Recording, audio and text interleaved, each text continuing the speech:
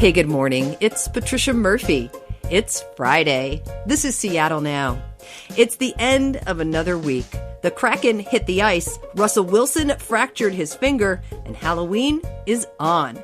Former Seahawk Marcus Trufant and Terry Hollimon, both hosts of the Barbershop podcast, are here to break it all down. But first, let's get you caught up. A Boeing pilot involved in the testing of the 737 MAX jet was indicted by a federal grand jury Thursday.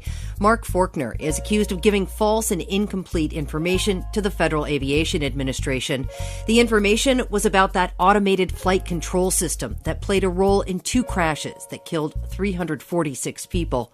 Federal prosecutors said he's expected to make his first appearance in court on Friday in Fort Worth, Texas.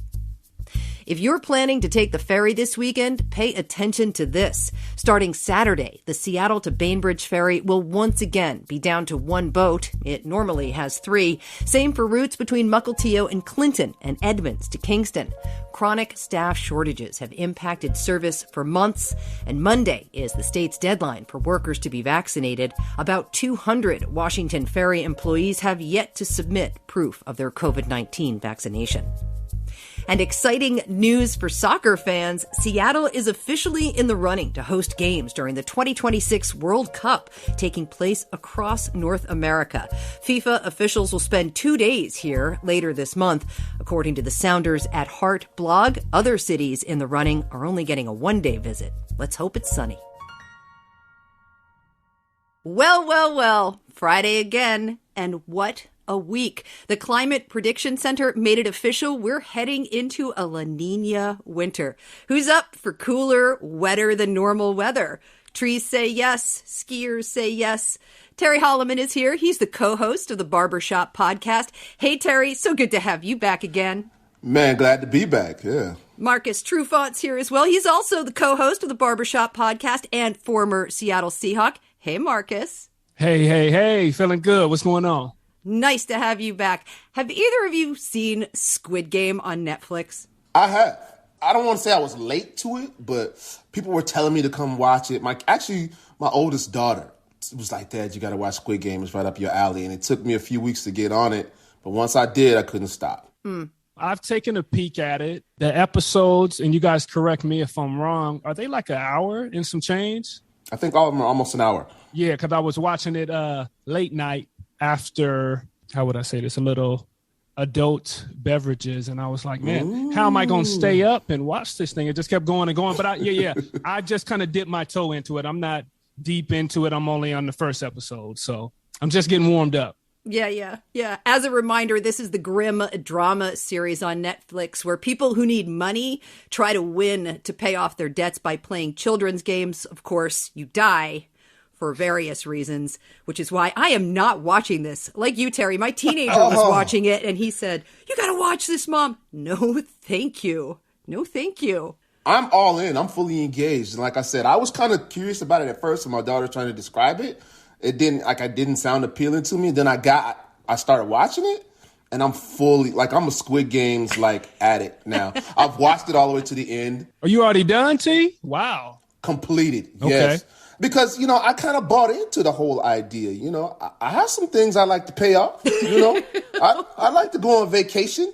And, if it means I got to do red light, green light, and some people got to die for me to go to the Bahamas, wow. So be it. Survival this is a grim of the fittest, landscape. for real. Yeah, this is a grim landscape we're painting here. Speaking of Squid Game, the Kraken kicked off their season, losing 3-4 to the Las Vegas Knights this week. A pretty respectable start, you two. I was really into it, too. I tuned into it, and I could not get away from it. I was really paying attention. For the first time in my life, I really watched the hockey game all the way through. Right? And I was really impressed. Yeah, it was an exciting time for Seattle sports fans and just Seattle in general, to have a professional hockey team after all these years. The Kraken is now official. They had it cracking. I love hockey, True. You know me, man. I've been, Yeah. And you used to play hockey, right, T? As a matter of fact, I I did, Marcus. How did you know? Oh, man. Prove it, T. Prove it. No, that was many, many moons ago, man, and my knees probably couldn't take it right now. But it's so interesting to watch these guys, big, giant, grown men riding around on skates on ice with murder weapons in their hands. Kind of Squid Games all of its own, right? A little bit. Nice one. I think, not that people could ever, but people might start to forget about the Sonics thing that we're missing there. I don't know, man. As we age out of the people that really enjoyed our Sonics, that really loved our Sonics, people kind of lose track of history. So we'll see. And I feel like the Sonics guy is shifting in wherever his eternal resting place is, Marcus. Right. He gonna come back and haunt you tonight. They rest in peace, but people forget quick, man, especially in this day of, social media and immediate gratification with the new things that are coming out. All I've been seeing is Kraken highlights and the cool videos and all that kind of stuff. So slowly but surely. I don't make the rules either, y'all. So I hear you. I didn't do it, but that's how it goes. I hear you. Of course, there is a game tonight against the Nashville Predators, but we're taping this on Thursday, so we have no idea what's going to happen there. But big rivalry brewing between the Kraken and the Vancouver Canucks, which is a great thing for sports. The Kraken beat them 2 times in the preseason, so this is really heating up. You two are very familiar with the power of a sports rivalry. Terry, you're a former Husky. Marcus, you're a former Coug. What's that like? Yeah, true. Tell me what it's like to be a former Coug. Well, as a former Coug that has never won an Apple Cup, it is nasty at times. I've played in Apple Cups where the people can get just downright ugly, man. And a rivalry, that's what it does from time to time. It brings out the best in you, but sometimes it brings out the worst. People really get invested, and I feel like from the players' perspective, sometimes players let the big-time rivalries get the better of them as far as trying to do things they normally don't do in games, doing things they normally don't do, throughout the week for practice and all this kind of stuff. And what I used to try to tell my teammates, everybody chill out, let's relax, but it's easier said than done. The rivalry has so many outside things that come into play. It could be very tough, but not for yours truly. Yeah. I was always cool under pressure. So go Cougs! Go Cougs! Go Cougs! I agree, True, that sometimes players do try to play outside of themselves in some of these rivalries. Like, I remember one year I was playing against my brother, who was a teammate of Marcus's at Washington State.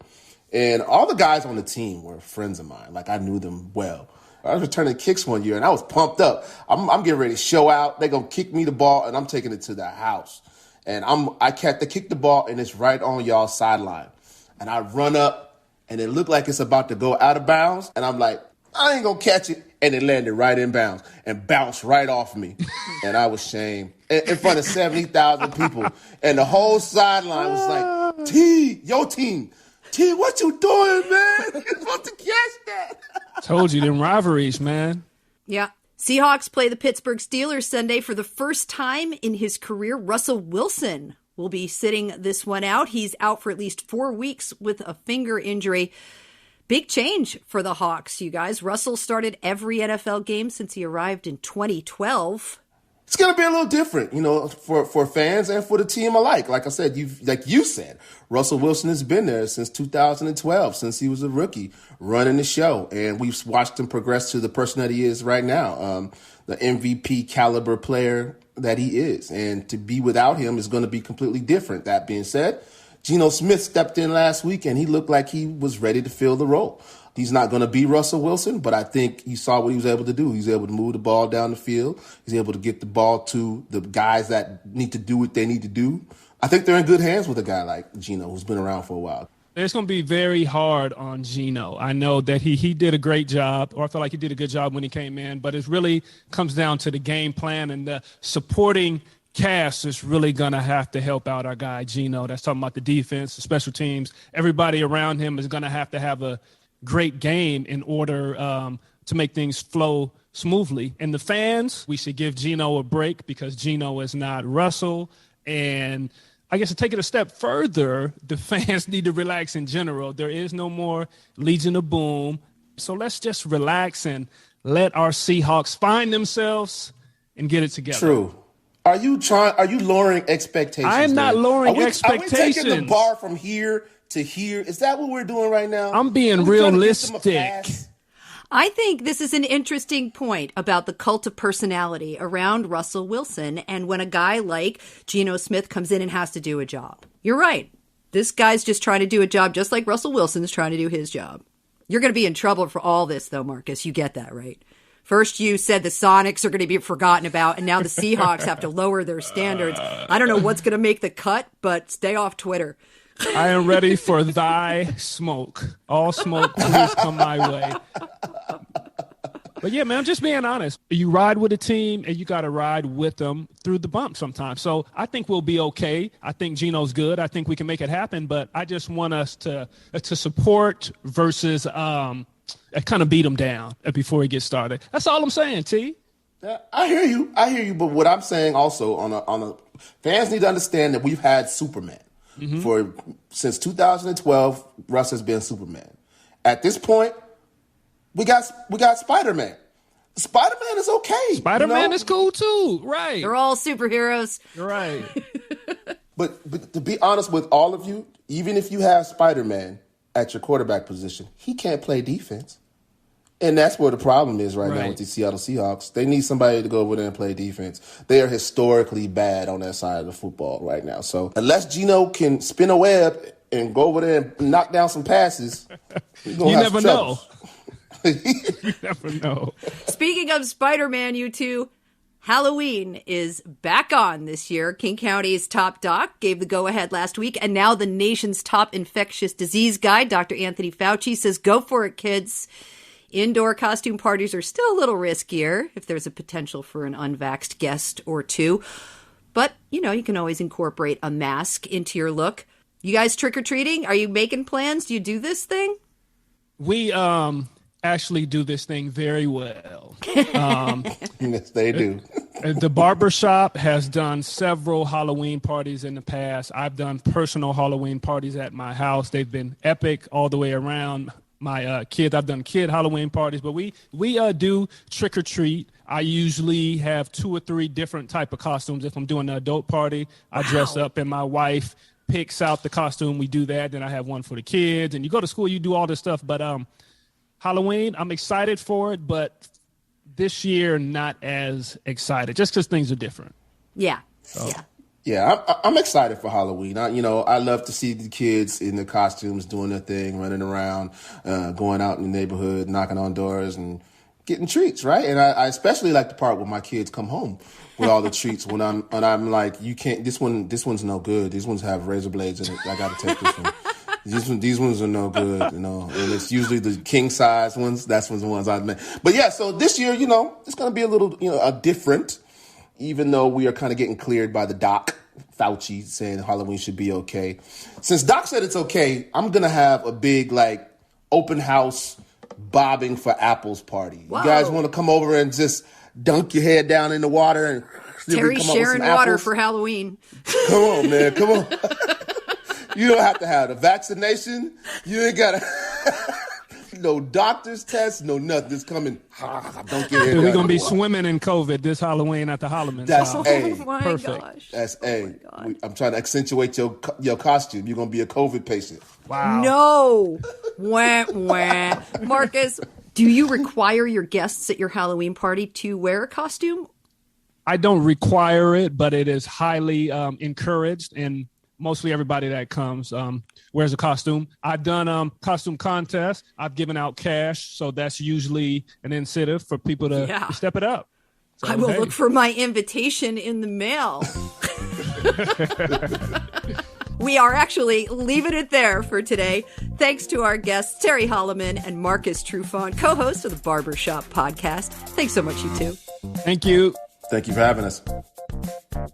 That's all for today. Clare McGrane produced today's show. Our production team is Jenny Cecil Moore, Diana Opong, Caroline Chamberlain Gomez, and Jason Pagano. Matt Jorgensen does our theme music. I'm Patricia Murphy. Have a great weekend.